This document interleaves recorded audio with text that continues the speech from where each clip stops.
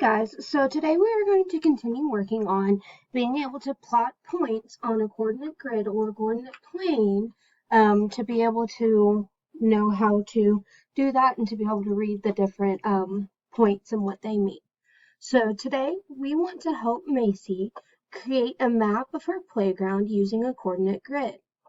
We're going to help her by plotting the different playground equipment. So I'm going to use my virtual manipulative here of my coordinate grid, and we're going to plot these pieces. So blue swings at 3, 5. So I'm going to find 3, found 3, and I'm going to go up 5. Remember, it's always over, then up.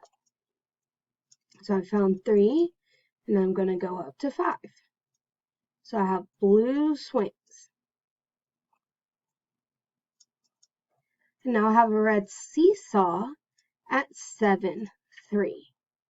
So I'm going to find 7,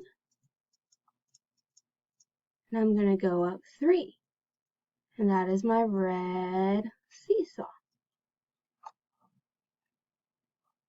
Now I have a yellow slide at 4, 8.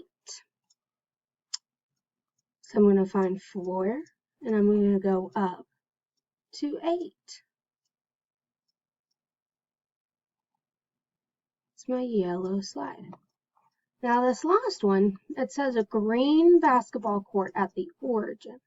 The origin is always our place of start, which is 0, 0, unless told otherwise. So I'm going to have green basketball court right here. So that is how you plot points on a coordinate grid.